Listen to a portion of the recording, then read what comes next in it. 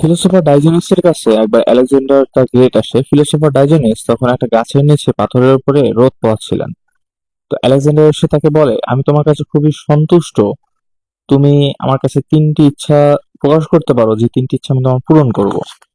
তখন ডাইজেনিস বলে, আচ্ছা ঠিক আছে, তুমি কি আমার মৃত্যুর সময় আমার আয়ু বৃদ্ধি করে দিতে পারবে? তখন আলেকজান্ডার দ্য গ্রেট বলে, না আমি এটা পারবো না, তুমি অন্য কিছু চাও। তখন ফিলোসোফার ডাইজেনিস দ্বিতীয় ইচ্ছা পোষণ করে যে তুমি যখন আমার মৃত্যু দেবতা আসবে তখন তাকে আমার আত্মা না নিয়ে তাকে ফিরে যেতে বাধ্য করতে পারবে। তখন আলেকজান্ডার দ্য গ্রেট বলে, না আমি এটাও পারবো না, তুমি অন্য কিছু চাও। তখন ফিলোসোফার ডাইজেনিস তার তৃতীয় নাম্বার যে ইচ্ছা আছে সেটা প্রকাশ করে। তিনি বলে, তুমি কি পারবে স্বর্গে আমার জন্য এক টুকরো জমি কিনে দিতে? তখন আলেকজান্ডার দ্য গ্রেট বলে, না আমি এটাও পারবো না, তুমি অন্য কিছু চাও।